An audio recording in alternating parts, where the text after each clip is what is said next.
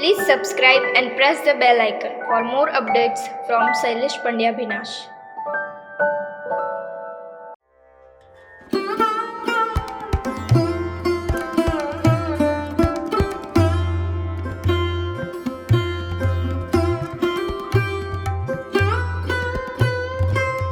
નમસ્કાર દર્શક મિત્રો, શૈલેષ પંડ્યા ભીનાશ યુટ્યુબ ચેનલ અને શ્રી ગણેશ કોમ્યુનિકેશન યુટ્યુબ ચેનલના માધ્યમથી આપ રાવજી પટેલની નવલકથા અશ્રુઘરની વાચિકમના માધ્યમથી સાંભળી રહ્યા છો. પ્રકરણ 6 સાંભળી ચૂક્યા છો. 7મા પ્રકરણની શરૂઆત આજે મારી સાથે. પ્રકરણ 7. ચણા સુકાઈને કોઠીઓમાં ભરાઈ ગયા. રમેશની વહુ લાજનો ઓરડો ઓઢીને પાછી પિયર ઘરમાં સ્કર્ટ પહેરવાઈ જતી હતી. રમેશને નડિયાદ એના સસરાના કારખાનામાં જગ્યા મળી ગઈ એટલે એ પણ પરણ્યો એવો જ નોકરીએ વળગી ગયો. સત્યએ એક બકરી ખરીદી. વાલમાં એનું નામ રમતી પાડ્યું હતું. એટલે કાશી ઘણીવાર સત્યને રમતી ભાભીને સાડી પહેરાવો એમ કહીને ચીડવતી. સેનેટોરિયમમાંથી ઘેર આવ્યા પછી પણ એણે લેખન શરૂ કર્યું હતું. લખવા ધારી હતી વાર્તા, પણ હજી અંત આવતો નહોતો. પ્રારંભમાં પોતે લખેલું જોઈ જતો, પણ પછી લખી નાખવા તરફ વધારે રસ વધ્યો ને લખાતી રહી. કદાચ લઘુ નવલ થાય. ખેતરમાંથી એ ઘેર આવ્યો ત્યારે માએ એક મહેમાન કન્યાની ઓળખ આપવા માંડી. આ કાશીની નાની બોન સૂર્યા વિદ્યાનગરમાં ભણે છે. રજાઓમાં અહીં રહેવા આવી છે. એ કહે તે તારું નામ તો એણે ચોપડીઓમાં વાંચ્યું છે. એને તારી વાર્તાઓ બહુ ગમે છે. તું પેલું કશુંક લખે છે ને, એ ક્યારની જોતી હતી. બેહો, 2 જણા વાતો કરો, હું રસુલાની દુકાનેથી શાક લઈ આવું. સત્યએ સૂર્યાને નમસ્કાર કરીને પોતાના સર્જનમાં એ રસ લે છે તે માટે પોતાનો આનંદ વ્યક્ત કર્યો. સારું થયું તમે અમારા મહેમાન બન્યા, મને તો લાભ થશે. એને બેસવા સત્યે ખુરશી તરફ હાથ લાંબો કર્યો એટલે આખા દેહમાંથી લાવણ્યનું દરિયાવું મોજું ઊંચું ચડીને શમતું હોય એમ તે બેઠી. વૈશાલીની આમ્રપાલીને નવે અવતાર આવી હોય એવી એની હૃદય લુબ્ધક દ્રષ્ટિ હતી. સત્યને જોવાનું ગમે એવું એનું સૌંદર્ય હતું. મને તમારા સ્ત્રી પાત્રમાં ગરબડ થયેલી લાગે છે. હું ધારું છું ત્યાં સુધી નામકરણમાં તમે હજી એક નામ નક્કી કર્યું નથી લાગતું. તમારી નાયિકાને પ્રારંભમાં તમે તલપી રહીને ઓળખાવો છો, 4 પાન પછી પાછા લલિતા કહો છો. એ કેવું કે પછી એ સેકન્ડ તો નથી ને? બાકી તમે લખો છો બ્યુટીફુલ. ને એણે એકી સાથે હોઠ, નેત્ર પલ્લવી, ડોક અને કેડથી ઉપરના અંગોને એવો તો હિલોડ આપ્યો કે સત્ય જો મન વેગે ક્યાંક ચાલ્યો ન ગયો હોત તો તે 2 બહેનો વિશે અભિપ્રાય આપી બેસત. કાશી બોર વેચવા નીકળે એવી ને આ ખરીદે એવી. બાકી લલિતા નામ કરતાં તલપી મોડર્ન લાગ્યા છે. સત્યનું મન સેનેટોરિયમને અડી આવ્યું હતું.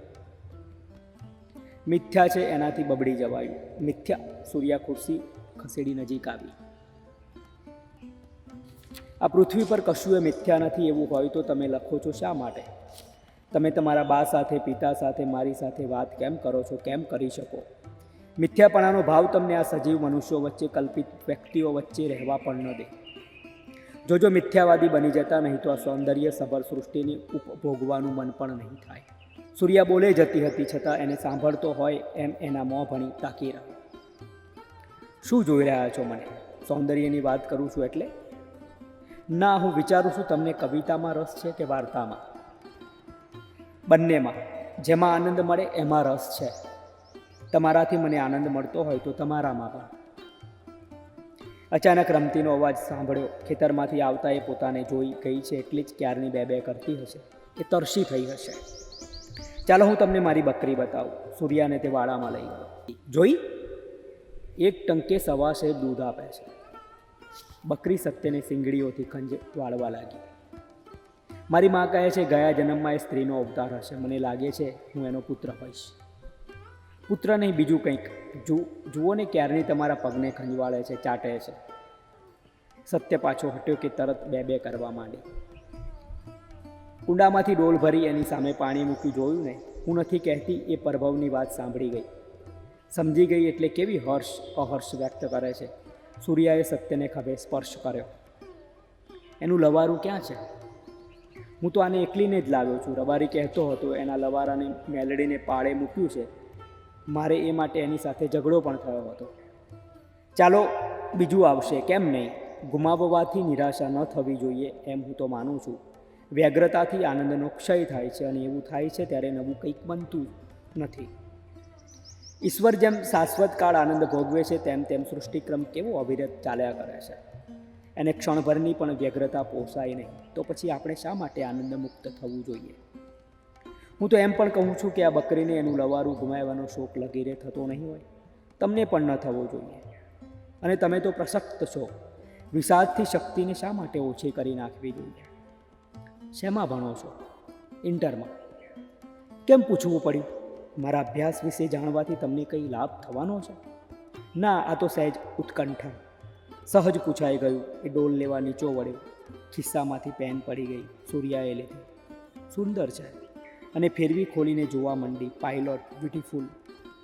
સૂર્યા પાસેથી સત્ય પેન શેરવી લીધી. તમારા જેટલી સુંદર નથી, કહીને એણે પાછી ખિસ્સામાં મૂકી દીધી. સૂર્યાએ માન્યું સત્ય પોતાના રૂપની સમીક્ષા કરી એટલે તે બોલી, જોજો મારી ઉપર વાર્તા ન લખી બેસતા. એમ કરશો તો હું સમજીશ કે તમને મારામાં રસ નથી. સત્ય હસ્યો. તો તમારામાં મને રસ છે એવું હું કઈ રીતે તમને પ્રતીત કરાવી શકું? બીજી ઘણી રીતો છે, પણ વાર્તામાં મને મલાવો, સ્થાન આપો એ મને ન ગમે. કેમ કે મને કોઈ સર્જક દ્રષ્ટિથી જુએ એ નથી ગમતું. હું સંપૂર્ણ સર્જાઈ ચૂકી છું. મારી રસવૃત્તિ હવે સર્જકની સમાન બુદ્ધિથી વ્યવહાર કરે એવી થઈ ગઈ છે. સત્ય એને જોઈ રહ્યો. મને એમ તટસ્થ થઈને ન જુઓ. મારી સામે સાથે વાત કરનારને હું ભિન્ન નથી રાખી શકતી. મને પુરુષની તટસ્થતા બિલકુલ ગમતી નથી. તમને હવે ખ્યાલ આવ્યો હશે કે હું તમારી મૈત્રી ઈચ્છું છું. તમારું તાટસ્થ્ય મને નથી ગમતું, તે એટલા ખાતર. સત્યને થયું આ છોકરી માત્ર થોડાક સમયમાં, હજી એમને મળે પૂરો કલાક પણ નથી થયો ને મૈત્રી ઈચ્છે છે. કમાલ છે. એનાથી બે વિચાર વચ્ચે જેટલો અવકાશ બચી રહે એટલો જ લલિતા અને સૂર્યા વચ્ચેનો રહેલો અવકાશ લાગ્યો. સૂર્યા લલિતાને અડી જવામાં જ છે. લલિતાને લઈને આગો સરી ગયો હોય એવું લાગ્યું. હવે કેમ મૂંગા થઈ ગયા? સંમતિ સૂચક મૌન છે એમ હું માની લઉં ને. એણે સત્યને ગાલે હાથ અડકાળ્યો. કહેવાની જરૂર ન લાગી કે સત્યને એ સ્પર્શ કેફલ લાગ્યો. એણે ઉત્તરમાં સ્મિત કર્યું. એમાં સંમતિ હતી ન હતી. બંને ઘરમાં ગયા ત્યારે અંદર મા અને રતિલાલ વાતો કરતા હતા. સત્યને લાગ્યું માં રતિલાલને વારતી હતી, પણ એ માનતો નહોતો. રતિલાલ રોસરીમાં આવ્યો. દિવાળી ભાભી, હું તો લખાઈ દઉં છેડા છૂટું ત્યારે. ને સત્ય તરફ ફર્યો. દિવાળી બહાર આવી. એવું થતું હશે ભાઈ. ને એણે સત્યને કાગળ ન લખવાનો ઈશારો કર્યો. એ તો બધું એ થાય. હેન્ડને સતી દોષ એક ધડધડાઈને તાર જેવો કાગળ લખી આપ કે રાંડ ઊંચી નીચી થઈ જાય. પાસે ઊભેલી સૂર્યાને જોઈને ઉમેર્યું, એને જેટલી વિહે હો થાય છે એની ખબર પાડી દઉં. હા, હેન્ડ તું તારે. સત્યનો હાથ પકડીને સૂર્યા ભણી જોતો એને પોતાના ઘર ભણી લઈ ગયો. આખે રસ્તે એના બૈરી પુરાણને સંભળાવતો રતિલાલ ઘેર આવ્યો. આ વખત તો લખી જ નાખ, એને તેડવી જ નથી. એના ડોહા જોડે નક્કી કરી નાખીએ છેડા છૂટનું. સત્ય ધીમેથી શરૂ કર્યું. જુઓ રતિલાલ, પૈગંબર ઈસુએ કહ્યું છે કે જે કોઈ પોતાની પત્નીને છૂટાછેડા આપે છે તે તેને વ્યભિચારી બનાવે છે. અને જે કોઈ બેસને હવે વ્યભિચારવાળી પત્ની કરતો સમજે નહીં ને તું તારે હું લખાવું એમ લખ. મારું ઘર તો માંડતા માંડશે પણ એને મંડાઈ દઉં. દિવાળીની વાતની ગઈ છે, હજી આપા એની ડોક નથી ભરી. રતિલાલ, યાર જવા દો ને કાકીને. ટણપી, પણ મારી પેનમાં સાઈ નથી. કાલે લખીએ તો ન ચાલે? કાલબાલ નહીં, તું છટકી જવા માગે છે. ઊભો રહે, હું સીસ પેન લઈ આવું. ના યાર, રહેવા દો. મને મારી પેનથી જ સારું ફાવશે. મેર સાલી ટણપી. રતિલાલ ઉપડે ઉઠ્યો. એમ કહે ને તને લખતા ચૂંક આવે છે. આ હિન્દી પેનમાં શું હીરા જડ્યા છે? પાછી બહુ નવાઈની ખરી ને સાલી, તું તો બકરી જ ચારી ખાજા. સત્ય છુટકારાનો દમ લીધો ઘેર આવ્યો. સૂર્યા જમતી હતી. ભાઈ, આ સૂર્યાને મરચું ખાવાની આદત છે. તારી વાત પૂછતી હતી. મેં કહ્યું એને તો ગોળ ખૂબ ભાવે છે. નાનો હતો ત્યારે એની ચડ્ડીમાંથી તળાવે ધોવા જવું ત્યારે નવટાકના ગાગડા કાઢતી. સૂર્યા હસી પડી. સત્ય બેઠો. તે પછી શું થયું? કાગળ ન લખ્યો ને? ના. સારું કર્યું, નહીં તો મૂળ ગામ આખામાં ભસી વળત કે તે કાગળ લખી આપ્યો અને તારા બાપુ વળત એ જુદું. પછી સૂર્યાને કહે, એની વહુ મારા પિયરની જ છે બોન એટલે. સત્ય હાથ ધોવા ગયો ત્યારે ઉમેરી, અને પાછો મુવો નબળો છે, દ્રષ્ટિનો ગંદો છે, જોજે એની જોડે વાતે વરખતી. સૂર્યાએ લીલું મરચું લીધું. સરસ છે મરચું, ક્યાંથી લાવો છો તમે? આ ખેતરમાં કર્યા છે? ના બોન, સતીનો ભાઈબંધ છે, એની વાડીએથી રોજ આલી જાય છે. બચારો એ બહુ સારો છોકરો છે, જોયો હોય તો ભલો માણસ લાગે, કોઈ ના કહે મુસલમાન હશે. મોણિયા બામણનો કુંડનો હોય એવો છે. બચારો સતીને એની બહુ માયા છે. સત્ય જમવા બેઠો એટલે સુરભીની બાધાની વાત કાઢી. ભાઈ ઘરના બધા આવતા રવિવારે ઉમરેઠ ભદ્રકાળી માતાએ ઉજાણીએ જવાના છે. રમેશને એની વહુ પણ આવશે. બારોબાર તું આવીશ ને?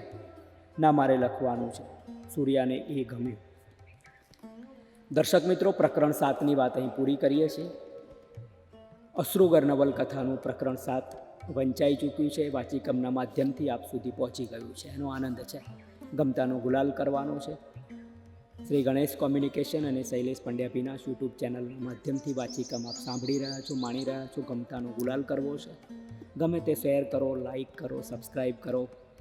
આ વારંવાર હું નથી કહેતો, પરંતુ આ પણ એક મજા છે કે આ ગમતું સાહિત્ય બધા સુધી, બધા ગમતા માણસો સુધી પહોંચે. જય કવિતા.